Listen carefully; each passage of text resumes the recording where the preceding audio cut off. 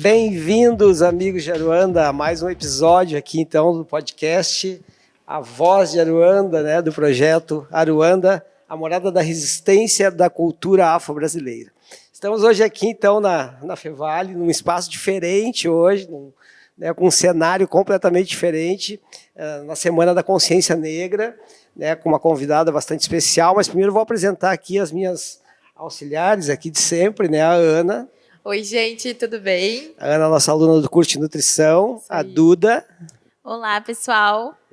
A Duda do curso de jornalismo, né? E estamos aqui hoje, então, com uma convidada, como já falei, muito especial, né, que a gente queria trazer há algum tempo já, Daniele Souza.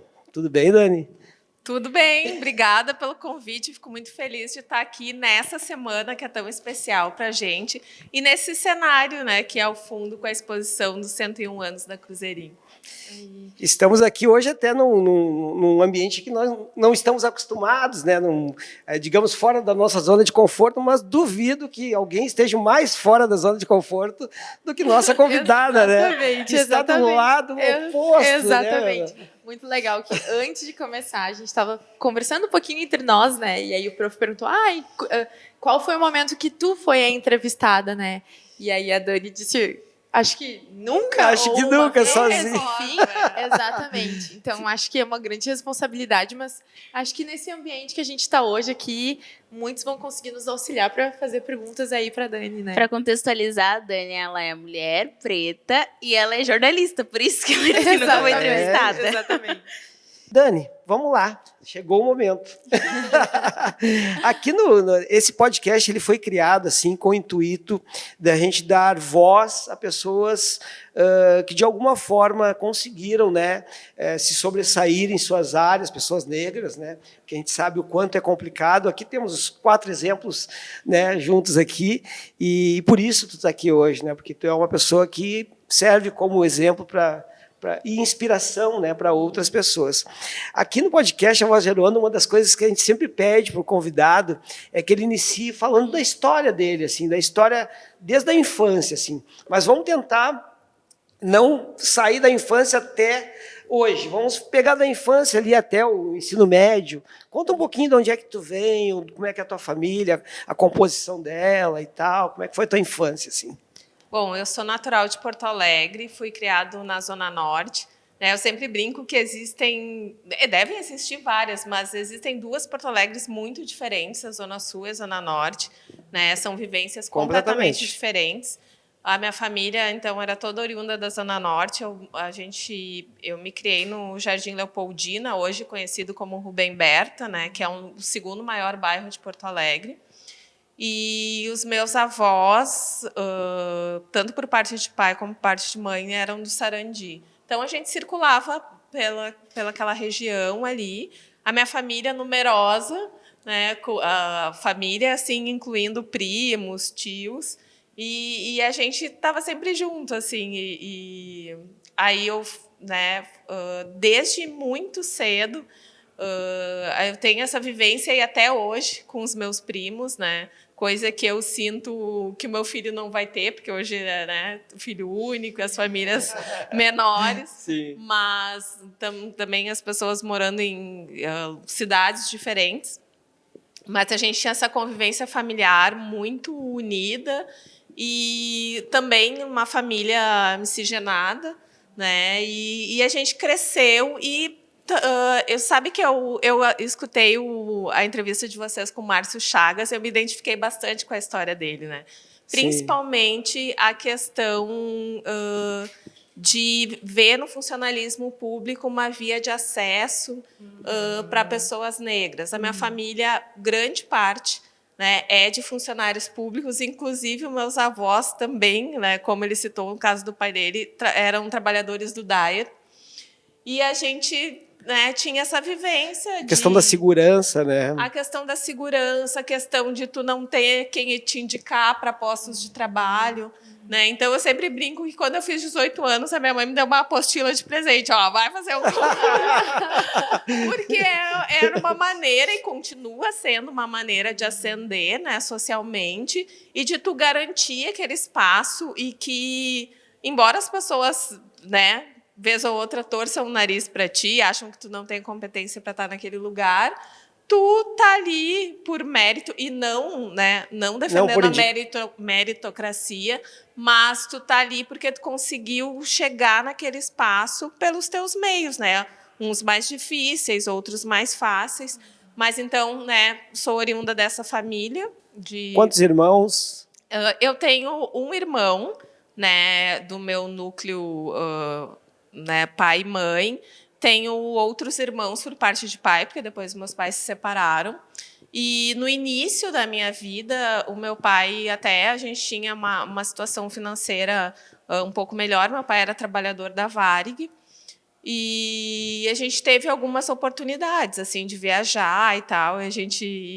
Eu guardo os álbuns assim, porque depois ele foi demitido, a situação foi ficando mais difícil. Quando a Varig faliu. Mas eu, né, estudei meus primeiros anos em escolas particulares. Depois, no ensino médio, eu fiz na escola Dom João Becker, em Porto Alegre, que é uma escola pública estadual e que tinha muitas dificuldades, né, no tempo de muitas greves, falta de professores.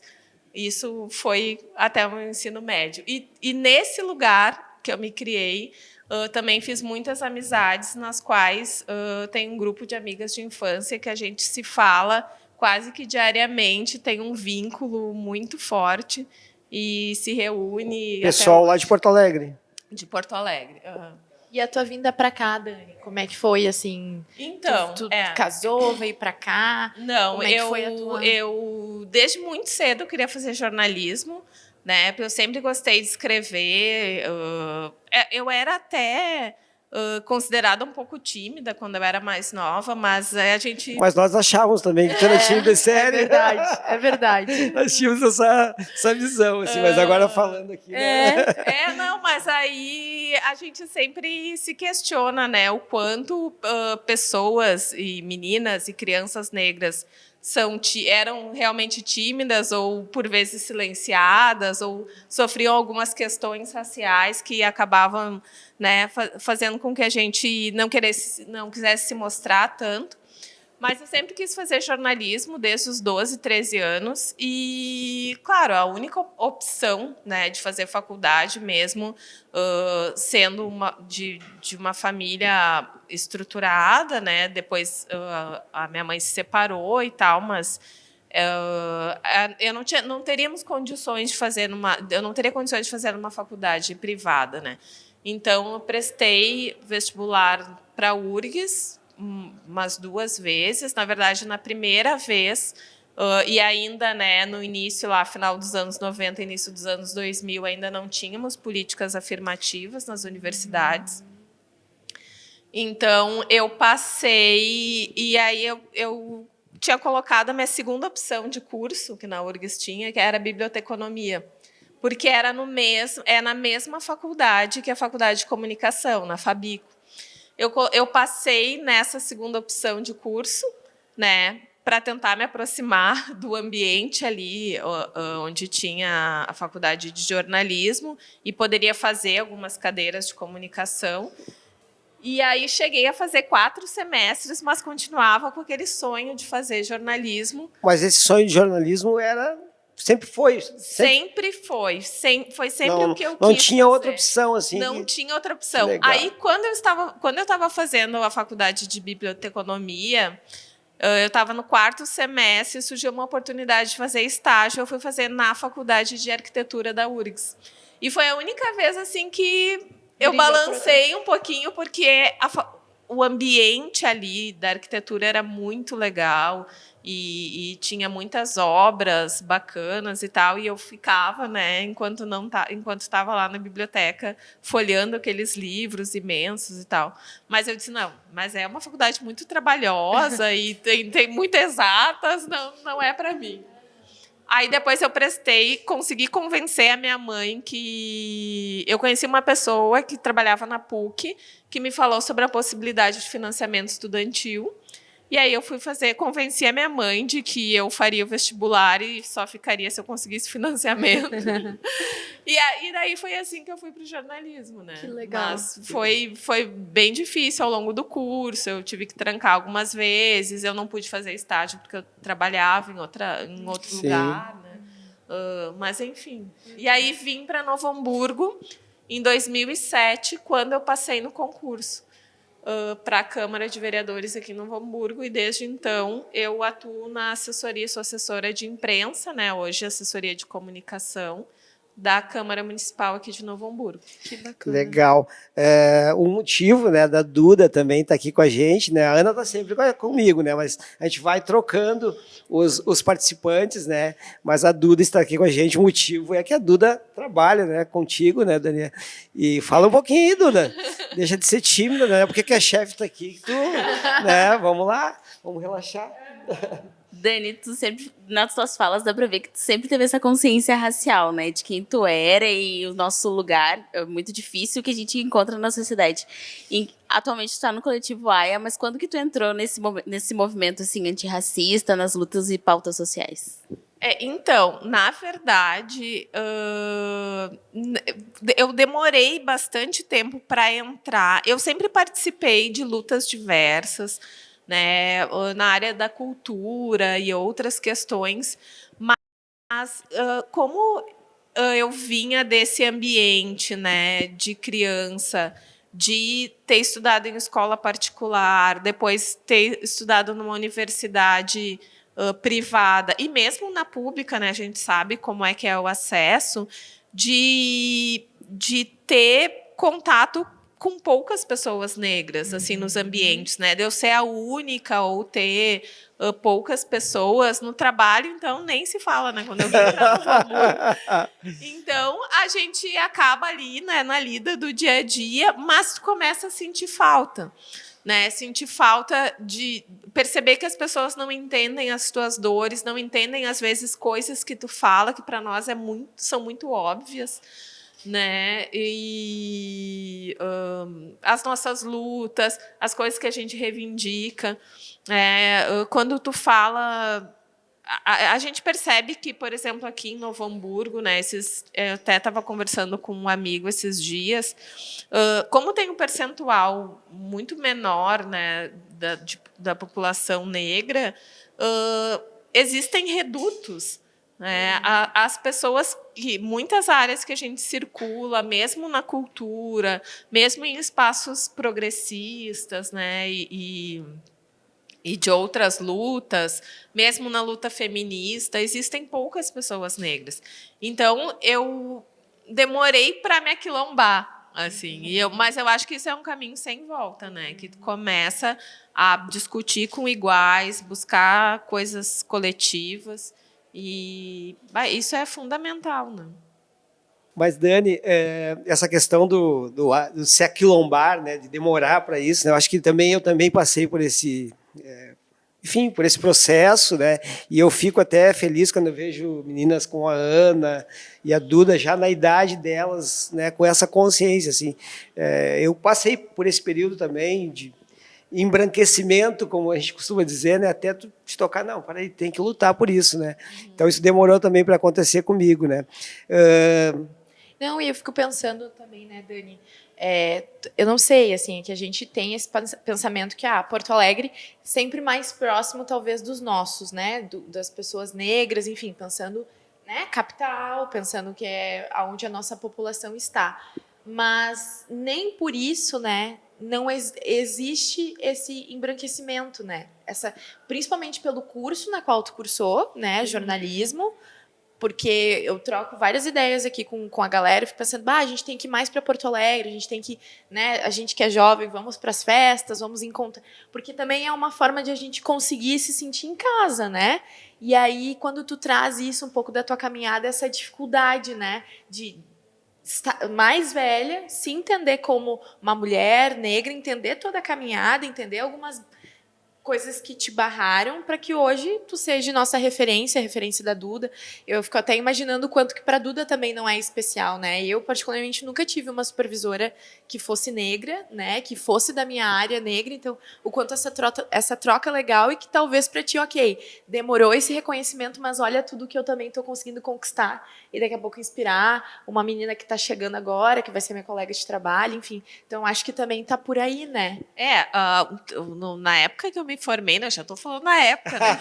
Mas a gente via pouquíssimos jornalistas negros, especialmente na TV, né? Tanto que eu nunca tive ambição de trabalhar na TV, nem gostava, né? Acho que a gente tem também essa coisa da autoimagem de não se ver. A única, claro, que era referência total e continua sendo até hoje, embora tenha partido esse ano, era a Glória Maria, né? Mas era uma exceção na televisão brasileira. Então, a gente não se reconhecia nesse espaço, né? E a gente não se via mesmo. E tinha uma série, e as poucas jornalistas negras que tinham de televisão, por exemplo, elas precisavam alisar o cabelo, ou tinha uma estética que não era bem-vinda. Sim. Né? Então, enfim, a gente acreditava que aquele ali não era o nosso lugar.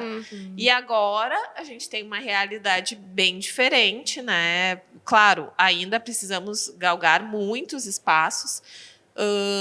E também a gente sabe, né, os motivos pelos quais muitas emissoras, por exemplo, a principal emissora do país, tinha ainda esse ano as suas três novelas com protagonistas negros. Sim. Porque a novela... Até eu nem acompanho, muitos anos que não acompanho novela, mas acompanho notícias sobre comunicação. E essa novela das 19, das 7 da noite, que era com protagonistas negros e evangélicos, foi a novela de maior sucesso no horário de todos os tempos. Imagina, né? Da Rede Globo.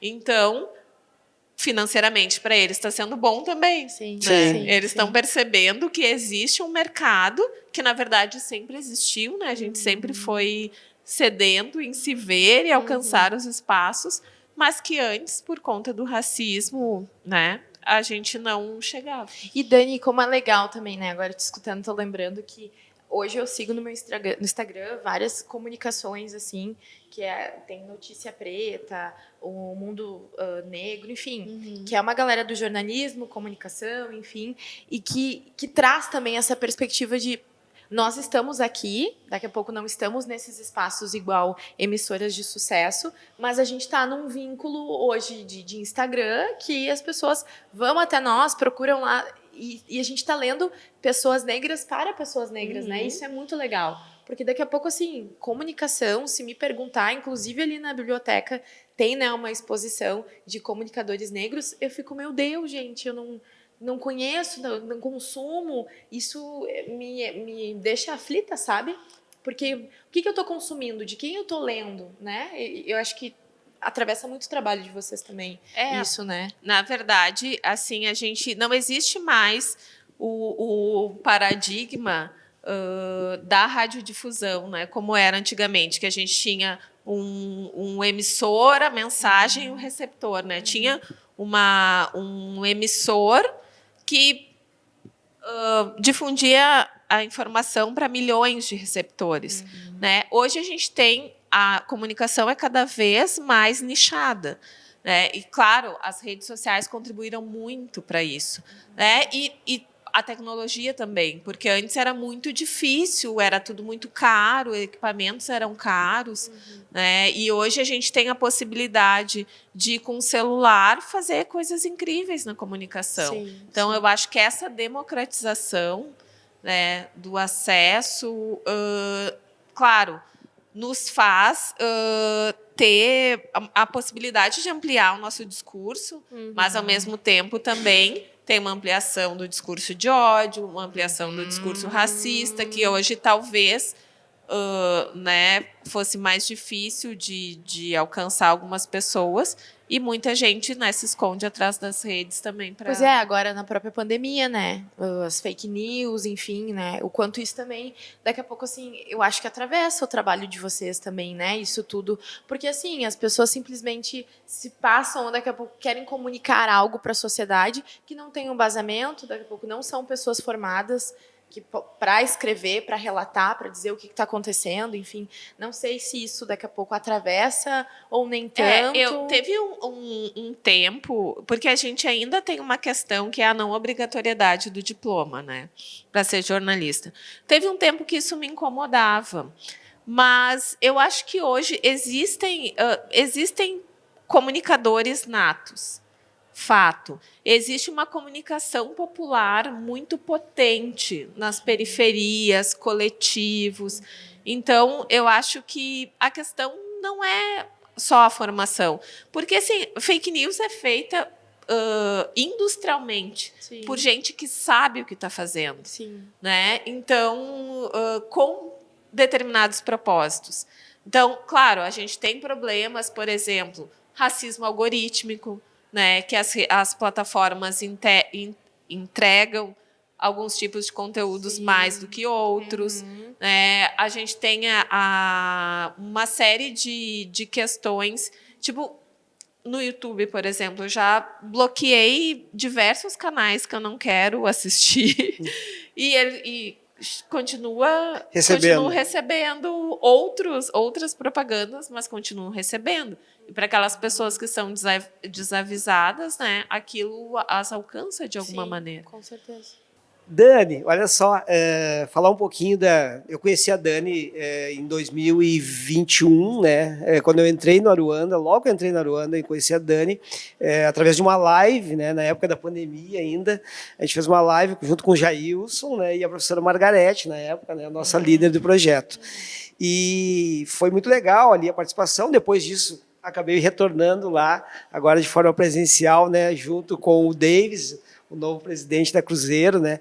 E eu sei que tu tem já um envolvimento que não é de hoje com essa entidade, com essa escola, né? Eu queria que tu contasse um pouquinho dessa tua ligação com a Cruzeiro do Sul, que está aqui no fundo hoje nos representando, né? E o pessoal nos assistindo também. Isso, temos aí, na verdade, eu tenho uma relação de admiração, né, com a Sociedade Cruzeiro do Sul.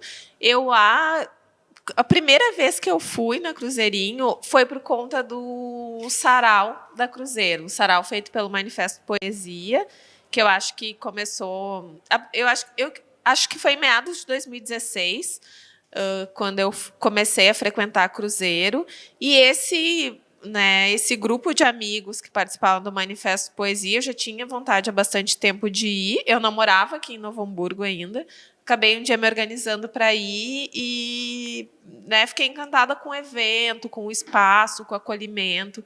E desde então eu passei a frequentar mais durante o sarau e começou a me chamar a atenção a história da escola, né, as pessoas envolvidas, e eu acompanho de longe, e esse ano, pela primeira vez, eu desfilei Desfilou, na Cruzeiro, no desfile de 100 anos, e foi emocionante, assim. Já tinha desfilado em alguma escola? Então, eu me criei muito perto de uma escola que é a Imperatriz Dona Leopoldina. Dona Leopoldina, né? No bairro Leopoldina. Quase que, eu brinco, eles tocavam dentro do meu quarto. Sim.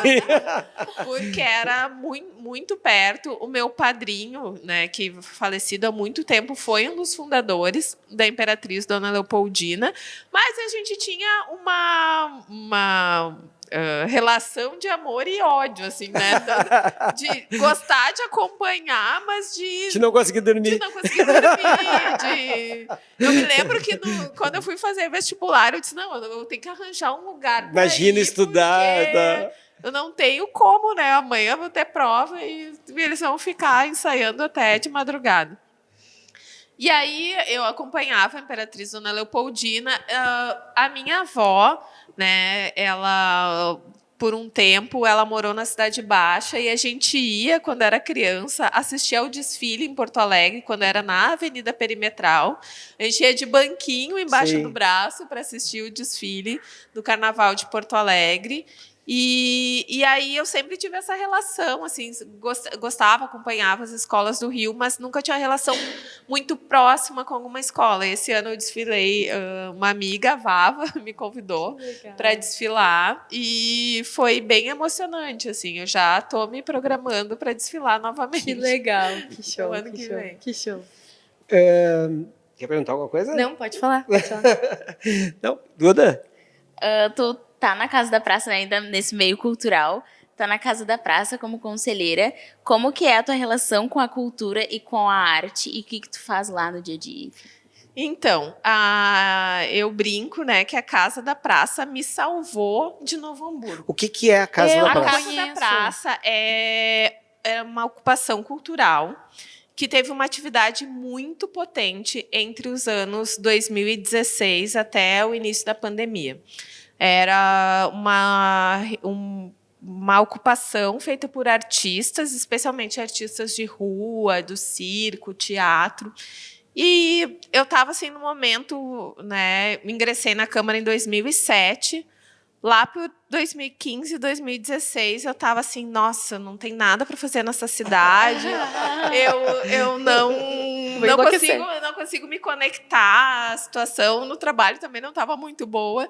E aí um amigo já tinha me comentado sobre a Casa da Praça. Eu comecei a frequentar algumas reuniões. E aí eu entrei de cabeça no processo, né? Porque assim, aquele monte de artista e a gente começou a propor muitos eventos, né? O evento carro-chefe era o piquenique cultural. E foi num momento muito efervescente da cidade que tinha um circuito cultural que passava pela Casa da Praça, pela Companhia de Teatro Entre Linhas, que também foi um espaço cultural muito bacana que fechou. Mas eu trabalhava na organização disso? Eu trabalhava auxiliando na produção das atividades, né, em pensar as coisas e na comunicação, né? Nunca foge. Acabei durante esse tempo fazendo as redes sociais, né? Na época era mais Facebook, mas fazia toda a comunicação, né? O contato com a imprensa. E aí, enfim. E tu é de Novo Hamburgo, eu também não conheço. E aí, enfim, foi uma vida muito próspera, assim, que infelizmente durante a pandemia o pessoal que estava lá na casa acabou saindo, né, para não ter possibilidades de trabalho. E agora, né, tem um novo grupo que está retomando o espaço, né, agora de uma forma mais formal, digamos assim, porque daí foi reativada uma associação que existia. A associação, eu passei a participar como conselheira da Associação Cultural Casa da Praça, e o pessoal está retomando o trabalho, né, de produção artística. Estão pensando agora, né, como tem a associação de participar de editais para promoção de eventos, porque é legal ter um trabalho, né, uma ocupação, assim, um trabalho que não dependa do poder público, mas precisa recurso para fazer cultura, né? Sim. E esse foi um entrave que a gente percebeu durante a pandemia muito sério. E aí, então, agora o pessoal está retomando o trabalho lá na Casa da Praça. Tem um artista incrível lá, um artista negro, que é o Juarez Negrão, que está lá na casa agora produzindo muitos materiais, né? E tem uma exposição permanente dele lá. Ele produz obras relacionadas à negritude. Que legal, Dani. E é isso. Eu espero que a casa possa, né, vivenciar momentos como a gente vivenciou. E o meu filho tinha 2 anos quando a gente começou a frequentar a Casa da Praça. Ele vivenciou. Ele vivenciou todo esse processo. Ele tem um palhaço, né? Porque o pessoal chamava ele para participar das apresentações. E ele desde então é envolvido com a cultura também. E Dani, só para me entender, essa Casa na Praça, assim, ó, os artistas, eles ficam nesse local? É só um local daqui a pouco para guardar as indumentárias, para fazer uma exposição? Ou eles ficam nessa... É uma residência artística. Eles moram lá? Eles moram lá. Aonde fica isso aqui? Ela fica no bairro Boa Vista, na praça ao lado, a Praça Heitor Villa-Lobos, é na antiga sede dos Canarinhos. Talvez o pessoal conheça mais que bacana, com esse gente. nome. Que legal. E assim, é tudo. Tanto tu comentou ali o artista plástico, quanto daqui a pouco o pessoal do teatro, quanto músicos. Músicos. A gente, na época, também porque o pessoal que é artista, que trabalha, artista de rua, viaja muito o Brasil. Então, eles viajavam para outros lugares e a gente recebia artistas também de outros lugares. A gente tinha uma hospedagem assim, solidária que recebia artistas que o pessoal se conhecia aí pelo Brasil, e quando eles passavam pelo Rio Grande do Sul, eles ficavam aqui também. Nossa, muito legal. Não uma sabia. efervescência muito grande assim, nesse período. Que bacana. Bah. Dani, tu te formou em jornalismo, né? Mas tu acabou estudando mais um pouco, fez pós-graduação também, né? A gente ficou sabendo. Eu fiz uma especialização aqui na Fevale, que era História, Comunicação e Memória do Brasil Contemporâneo. Foi a especialização que deu origem ao mestrado de Manifestações Culturais. E, recentemente, eu fiz outra especialização em Cultura e Educação, né, que é uma área que eu tenho bastante interesse. Pretendo futuramente para o mestrado, mas também preciso abandonar alguns projetos que eu participo. Que legal, né? Quanta atividade bacana, né? É importante. E agora, né, por fim, assim, a gente sabe do teu envolvimento com esse novo grupo que está surgindo, né, o AIA, que a gente já recebeu aqui na universidade também, enfim, a gente tem um contato com eles, vão fazer um grande evento agora, e a gente sabe que tu está inserida, né? Conta um pouquinho para nós aí desse projeto, enfim. Então, aí o AIA surgiu, acho que entre julho e agosto desse ano, né? A Fernanda Oliveira, que é do projeto Orum, me convidou para participar da Conexão Ela é tia da Ana. AIA. Então, e aí, a partir desse encontro, né, a gente começou a pensar uma conferência em Novo Hamburgo para debater questões de combate ao racismo. Está sendo bem legal o trabalho, claro, muito puxado, assim, né, porque a gente sabe que é um tema de enfrentamento, né, aqui na cidade, em todos os lugares, mas numa cidade que se diz de origem alemã, né, de imigração alemã, a gente tem muitos questionamentos, né? Inclusive a própria Cruzeiro do Sul, que é uma sociedade que tem 101 anos, é mais antiga do que a própria emancipação de Novo Hamburgo. E, bom, né? Cadê a história dos negros de Novo Hamburgo? Né? Isso aí. E isso também essa questão do direito à memória é um tema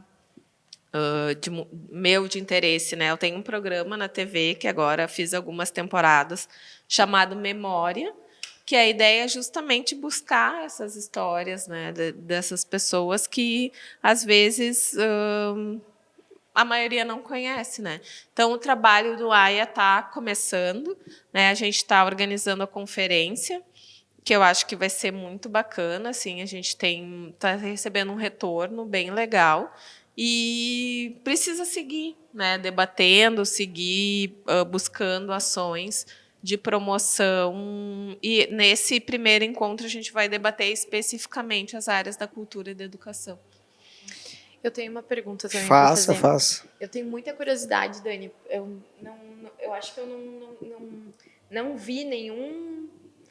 A TV Câmara passa em qual canal? A TV Câmara passa no canal 16 da Claro. Tá. Mas é só na região?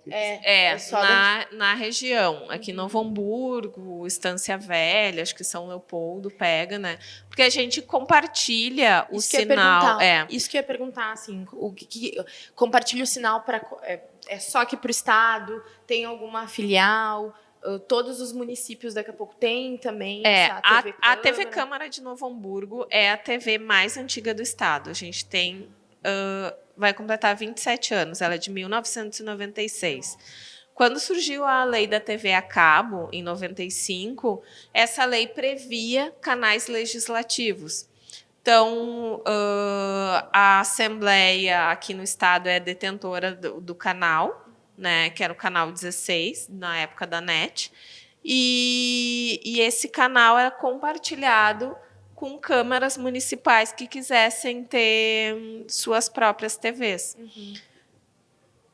Então, a TV Câmara aqui de Novo Hamburgo foi a primeira do estado, das câmaras, né? Claro, começou de uma forma bem precária, Sim. enfim, levando as fitas VHS na net com a gravação das sessões. E eu acredito que, a partir de 2002, a gente passou a transmitir as sessões ao vivo, sessões plenárias. Então, hoje, a gente tem esse termo de compartilhamento com a TV Assembleia e 29 horas semanais são nossas, são ocupadas pela nossa grade aqui em Novo Hamburgo. O carro-chefe da nossa programação são as sessões plenárias, e as atividades propostas pelos parlamentares, mas a gente produz uma série de programas também para preencher essa grade. Programas sobre saúde, qualidade de vida, de cultura, reportagens eu acho que a minha externas. memória, assim, de passar para outros canais é isso, ver lá os deputados e coisa na Assembleia, e não desses programas que vocês fazem, entendeu? E até falando dos programas, antes tu comentou tu apresenta mais de um, né? Sim. Tem vários. Eu brinco a TV, eu mesmo, Irene. Boa. Não, a gente tem uma equipe super reduzida, que, na verdade, a Duda, a nossa estagiária Sim. lá da TV, e a gente não tem ninguém. Eu sou a coordenadora lá da TV, mas eu também sou assessora de comunicação da casa. Então, Meu além Deus. da TV, eu faço a parte da cobertura jornalística também, das sessões e outras coisas. E eu tenho e alguns colegas que produzem e apresentam alguns programas. Então, a gente faz o que está dentro do nosso alcance. Nossa, assim, mas né? deve ser tudo assim, né? Porque tu sai daqui a pouco de uma gravação de alguma coisa, de um programa que tu esteja fazendo, e vai já para outra parte de outra coisa que tu tem que fazer no trabalho, assim, de outra sessão para cobrir, sei lá, não sei. Exatamente. É bem- Assim, a gente faz, né, o Câmara Notícias, que a gente faz semanal. Aí eu tenho outros programas, como o que o Edmilson participou, que é o Espaço Livre. E Aí a gente faz reportagens externas também. E é um tempo, É. assim, tipo 30 minutos de programa, uma hora, depende de cada... Depende de cada programa, mas eu sempre falo assim, como a gente não tem compromisso com o anunciante, então se o papo tá bom, a gente Vai. estende o Sim, programa. sim. Não Ah, tem que problema. legal, que legal. E uma última coisinha, Dani.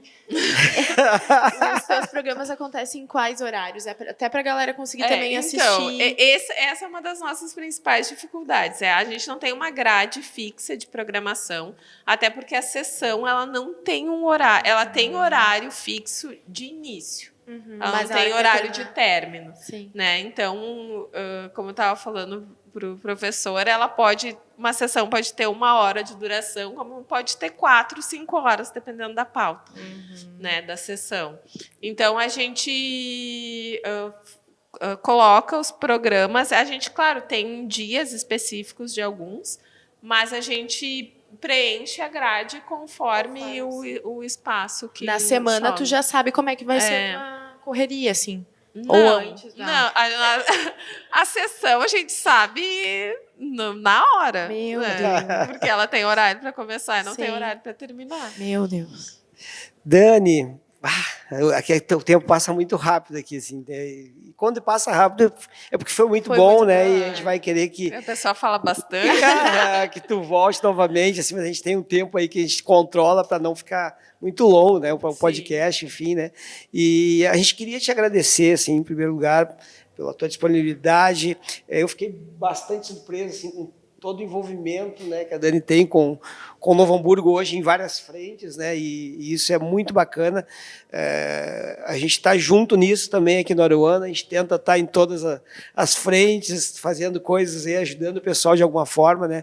A Cruzeiro está aqui com a gente hoje, a gente fez agora uma exposição sobre o protagonismo negro também dos nossos convidados, né, que vieram no podcast, e dos funcionários negros da Fevale, que estão ali na biblioteca. Então, assim, queria te agradecer mesmo de coração, assim, por estar com a gente aí. Ana? Não, nossa, eu primeiro assim, de novo, né? Eu não sei como é que a Duda tá se sentindo, mas eu tô me sentindo mega feliz pelo fato que, não sei se também é o projeto que faz com que a gente se aquilombe e a gente comece a conhecer outras áreas, né? Comunicação, enfim, a Duda aí sempre ativa.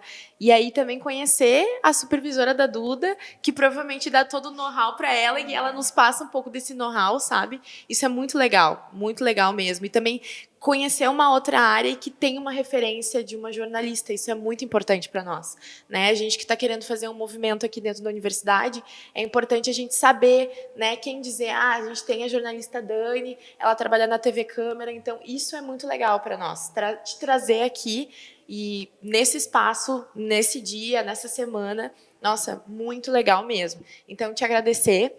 Vida longa para o teu trabalho, que tu continue na luta, prosperando aí muitas notícias para nós e muitas coisas que a gente possa consumir, né? E, de novo, é um prazer realmente te ter aqui conosco.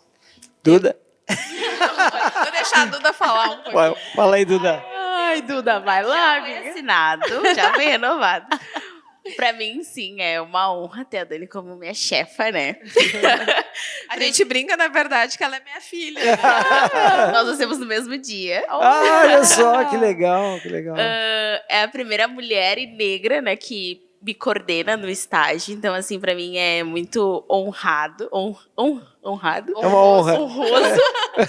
Eu conheci a Dani na época em que eu tava na Secult, que a Dani é muito participativa, né? Conheci ela através do filho dela, porque ele vinha pedir coisas pra mim e aí ela vinha atrás. O Vicente também, ele é muito ativo e ele sabe o lugar dele, ele sabe que ele pode chegar em Legal. qualquer lugar. Que legal. Ele vai ser um artista. Eu digo pra Dani, meu Deus, ele é muito artista. E é muito, muito bom te ter aqui com a gente. Sigam a TV Câmara no Instagram, TV no Câmara YouTube, NH. TV Câmara Isso aí. NH. Acompanhe o Coletivo Aia, que eles estão fazendo um trabalho incrível. E nos acompanhem nas redes sociais, @AruandaFevale.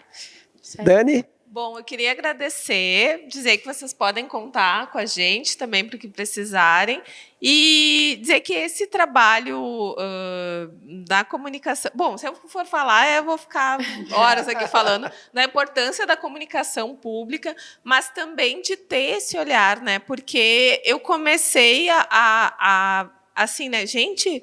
Vamos, claro, né? A gente, como pessoa preta, começa a buscar os nossos, né? Então eu comecei, mas onde é que estão as pessoas negras aqui de Novo Hamburgo? Onde é que está a cultura negra da cidade? E aí comecei esse trabalho de tentar mostrar um pouco coisas que a gente não via né? Eu brinco, a gente trabalha na Casa do Povo, uma casa que teve 2 vereadores, na verdade, teve um vereador negro titular até hoje, em 18 legislaturas, né? Hoje nós temos 2 suplentes, então falta representatividade, né, do povo negro da cidade. Sim. E isso é parte do nosso trabalho também, né? Mostrar que Novo Hamburgo é diversa, né, composta por muitas etnias e por muitas religiosidades, e por pessoas que ajudaram a construir essa cidade, muitas delas que já estavam aqui, outras tantas que vieram de fora desse interior do estado também. É isso. Legal. Então ficamos por aqui. Obrigado aí mais uma vez. E era isso, né? É isso. Então tá, pessoal. Obrigada, pessoal. Até a Até uma próxima. Tchau.